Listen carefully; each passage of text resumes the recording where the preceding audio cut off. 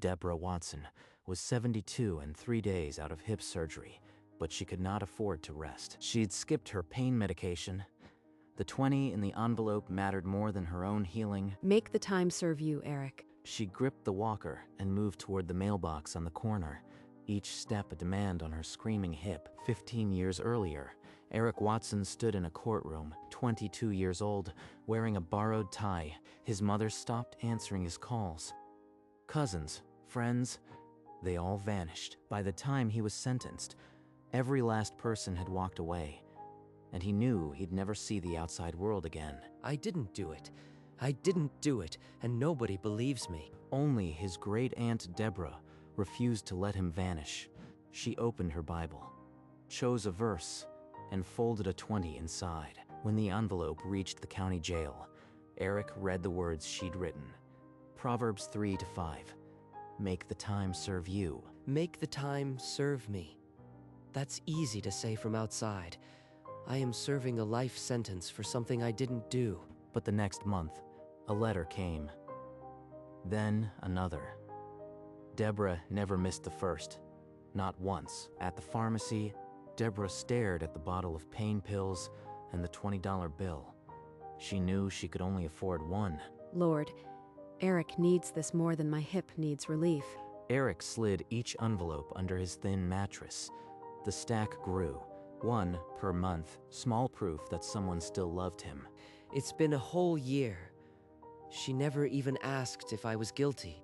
She shut off her cable, bought day-old bread, and the 20 always went into the envelope first. He used those 20s for photocopies of court records.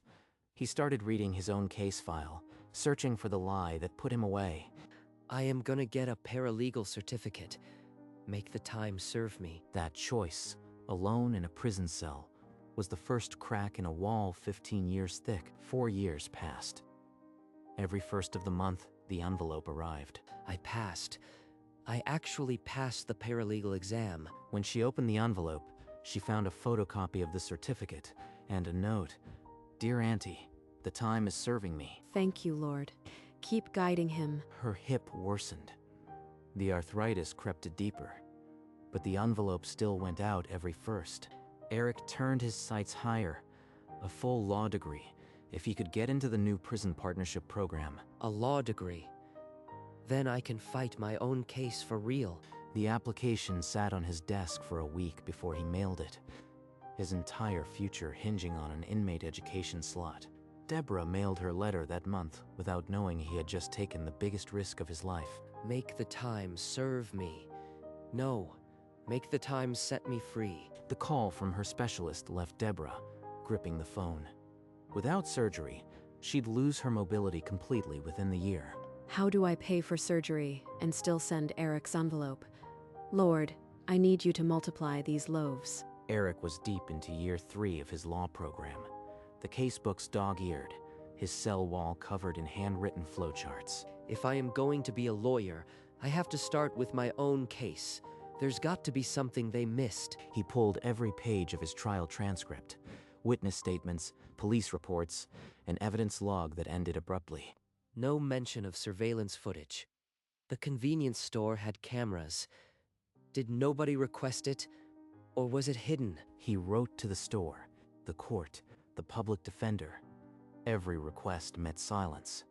The footage either existed and was buried, or it was never even looked for. If that tape exists, it'll show who really did it. I just need one person to look for it. 3 days before her surgery, Deborah limped to the mailbox with a cane, the envelope pressed against her coat. I'll be back to this box.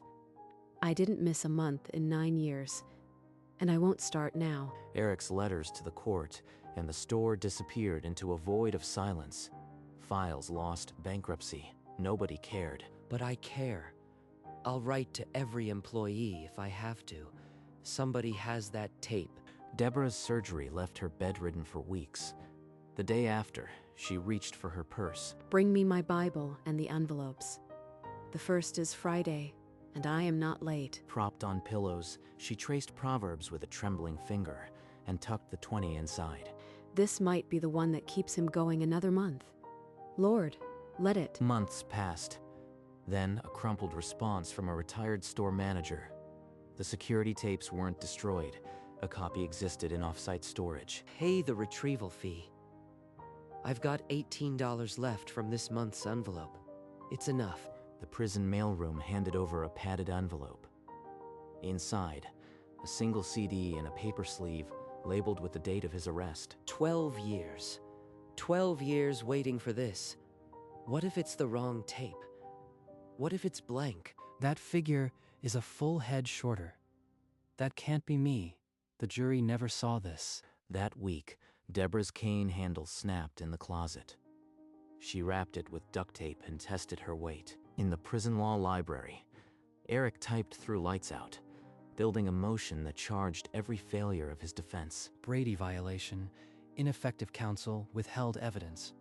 It's all here. On the first of the month, Deborah limped to the mailbox and mailed her 150th envelope. Something is different today. I don't know what, but it's coming. Eric placed the final page on top. 71 pages, single-spaced, every word his own. 14 years. This piece of paper is either my freedom or my grave. The mailroom officer stamped it without a word. It was out of his hands now. The next move belonged to a judge. Summer turned to winter. Eric's law degree arrived in a flat envelope from the university. Summa cum laude. After 14 years, I am a lawyer, but none of it matters if the appeal fails. That same month, Deborah collapsed reaching for a can of beans. Malnutrition, the doctor said. Severe anemia. She'd been skipping meals again to make the 20 stretch. The doctor ordered bed rest and iron infusions. Instead of resting, she dialed the prison. She needed to hear his voice. I am not going to stop, Eric. The Lord provides. You just keep fighting. She sounds so weak, and yet she's still the strongest person I know. After the call, Eric stood before his shelf, the degree beside the stack of envelopes, and felt the weight of both gifts. 14 years to earn a degree, and still not a word from the court. The first of the next month, Deborah mailed envelope number 163. The appeal file sat in a judge's drawer. 3 months later, a thick envelope from the circuit court arrived, stamped with a case number Eric knew by heart. It's not a denial. They're granting an evidentiary hearing. I'll get to argue my own motion. Eric, what's wrong? You never call on a Tuesday. Are you okay? Auntie, they're going to hear my case. The judge wants to see the surveillance footage. Oh, sweet Jesus. After all this time, I knew you didn't do it. Don't tell anyone yet. Not a soul. If the DA gets wind, they could fight harder. I won't breathe a word.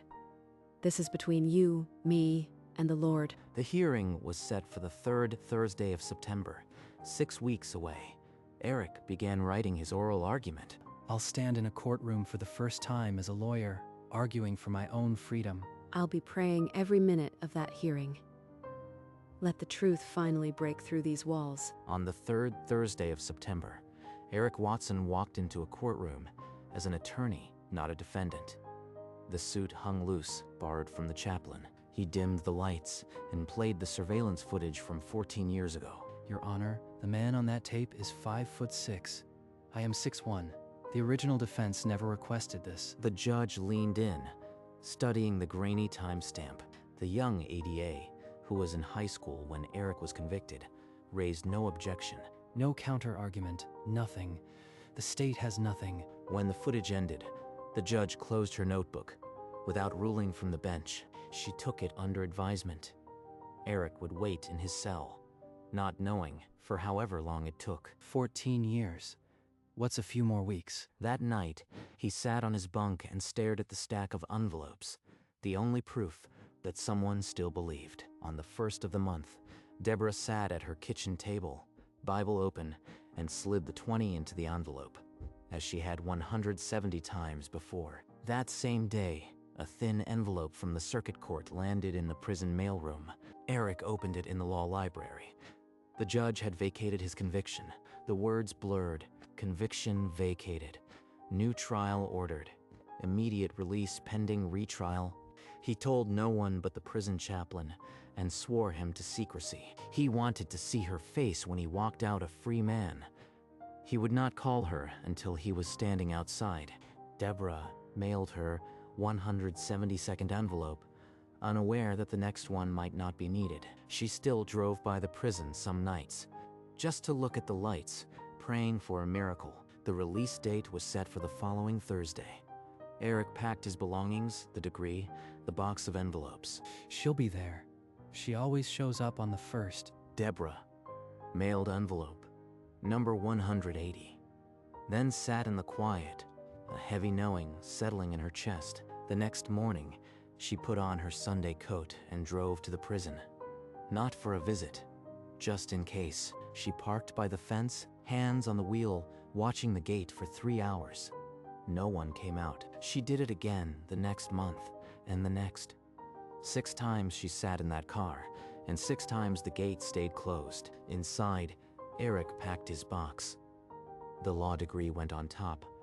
The 180 envelopes rubber banded beneath. The chaplain brought a donated gray suit, a size too big. Eric held it like a wedding garment. 180 months of her sacrifice. Tomorrow, I lay this box at her feet. Lord, let me walk out of here and see her face.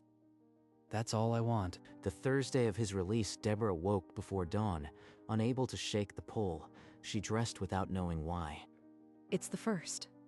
I have to be at the gate. At the processing desk, Eric signed the final form with a hand that refused to stop trembling. 15 years. 15 years. And the only thing holding me is a piece of chain link. The guard slid the outer gate with a shriek that had not changed in a decade and a half. Eric stepped out, the cardboard box in his arms, and the sun hit his face like a verdict. Half a mile down the access road, Deborah's sedan turned in. She saw a figure at the gate. She pulled to the shoulder, killed the engine, and stepped out with her hand pressed to the center of her chest. That car. That old sedan. Across the 100 yards of cracked asphalt, their eyes met. She came. Auntie, you came. That's my boy. That's my boy in a suit, and he's walking free. Eric walked across the asphalt. The prison gate shrank behind him. The box held the only evidence he needed. Auntie Deb. She pressed her hand to his cheek. The skin was older, but the ache in her chest was finally quiet. He placed the box in her arms. It was the weight of 15 years, and it was almost nothing. She opened the flaps. The envelopes sat inside, rubber banded by year, a red arrow drawn on the top one. She pulled it out. Proverbs 3-5. The paper was soft from being read 1,000 times. Under the stack, a law degree in a cheap frame. She touched the glass over his name and wept. You did it. We did it. The time served me because you sent the currency of your own sacrifice. They clung together, crying, and the box between them was a monument to a woman who never, ever missed a first. They pulled apart slowly. Deborah still held the box as if it might vanish. Eric took a breath. The words finally permitted to exist in open air. The footage from the store. I found it myself. The man was shorter than me. The judge vacated everything. He learned the law and proved his own innocence. Not a single lawyer helped him. I never knew the details. I just kept mailing the envelopes. You taught me to make the time serve me. That line became my strategy. I am a lawyer now because of you. She set the box on the hood and gripped both his hands, staring at the degree as if it were a diploma from heaven. They got into the sedan. Eric placed the box on the back seat, and Deborah turned the key. The engine hiccuped to life. Where do we go from here? Somewhere with real coffee. I promised myself the first stop would be a diner. The prison gate disappeared in the rearview mirror. Ahead, a diner sign glowed faintly through the morning haze, and for the first time, their path was their own. The diner smelled of bacon grease and fresh coffee, a scent Eric hadn't breathed in 15 years. Deborah led him to a booth by the window. This is my first meal, as a free man. I never thought I'd taste this. He pulled a folded square of paper from his jacket. The edges were worn smooth from being carried every day. What is that, baby? My bar exam admission ticket. I passed the bar. I'm waiting to take my oath. He took the bar exam. in prison, while fighting his own case. A judge already agreed to swear me in. Then I am opening an innocence clinic. I am going to do for others what you helped me do for myself. You'll need verses. I was counting on it. Every file needs one stapled inside the cover. The waitress set down 2 mugs. Steam rose between them as they clasped hands, the plan already taking root. 3 years later, Eric Watson stood in the same courthouse where he'd been convicted, not to hear a sentence, but to take an oath. Deborah sat in the front row, wearing the same Sunday coat she'd worn to the prison gate, her hands folded over a worn Bible. The judge administered the oath. Eric repeated the words, his voice steady for the first time in a courtroom. After the oath, the judge leaned forward and asked, "What kept you going all those years?" Without a word, Eric reached into his jacket and drew out a single envelope, worn to softness at the edges. This. 180 of them, one every month for 15 years. My Aunt Deborah never missed. He held it toward the gallery. The red arrow on the front caught the light. That's the first one. Proverbs 3-5. Deborah pressed her fingers to her lips, tears sliding down her cheeks. As the courtroom rose in applause, in his hand, the artifact of a promise that transformed a prison sentence into a legal career. The applause faded. Eric stepped forward again, the envelope still clasped in his hand, and lowered his voice. I am not the first exonerated person to become a lawyer, but I'll be the first in this county to open an innocence clinic. Every case we take will carry a verse stapled inside the file, because that's what kept me breathing. That verse taught me that justice doesn't start in a courtroom.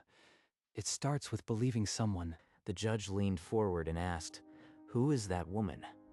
Eric pointed to the front row. Deborah pressed both hands on the pew and rose slowly, her knees stiff, but her back as straight as prayer. She lifted her hand and gave a small wave, the same wave she'd offered the mail carrier for 15 years. The courtroom rose again, not for the new attorney, but for the woman who mailed $20 bills in hope, every month without fail. Lord, you took a $20 bill and turned it into this. The clinic would open its doors the following month, and every client would carry the signature of her faith, a verse chosen by Deborah Watson.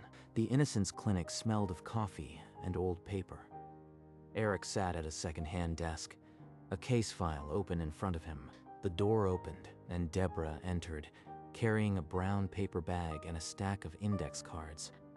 I brought lunch. And the verses you asked for. She placed the cards on the corner of his desk, each one handwritten with a different verse. The new case for Mr. Thompson needs one. He's been inside for 12 years. Deborah reached for the stapler and pulled the file toward her. She flipped open the cover and selected a card from the stack. Psalm 37-6. He shall bring forth your righteousness as the light. She pressed the stapler firmly, the click echoing like an amen. 15 years of that sound. Every month, a new one. Now it's for someone else. He closed the file and set it on the growing stack. The ritual was reborn, one case at a time. Months later, Deborah sat at her kitchen table, the same table where the first envelope began. Now she wrote verses on small cards instead of folded letters. Psalm 34-17. The righteous cry out, and the Lord hears. The landline rang, its old bell cutting through the quiet. Hello. Eric's voice was shaking. "Auntie, we won. Mr. Tompkins is coming home tonight." That's number one of many. She looked down at the stack of cards still waiting, and she kept writing. There are many more to come. The mailbox won't see me anymore, but this pen will. Outside, the mail carrier passed her box, but Deborah no longer needed the postman to deliver her hope. She'd found a newer, closer way. The same hand that once wrote, "Make the time serve you," now wrote verses for the next soul coming home. On a mild Sunday afternoon, Eric climbed the porch steps of Deborah's house, the same steps he'd walked as a boy. He carried a small, wrapped package. Sit down, baby. I was just reading. Eric unwrapped the package and set a framed envelope on the small table between them. The red arrow was still visible, The ink slightly faded. Deborah opened her Bible to a worn page. Her finger traced the familiar verse without looking. Trust in the Lord with all your heart, and lean not on your own understanding. You made the time serve me.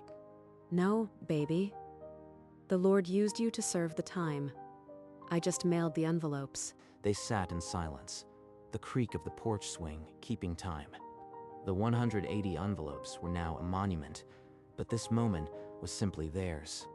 Deborah closed her eyes. Eric leaned his head back against the swing.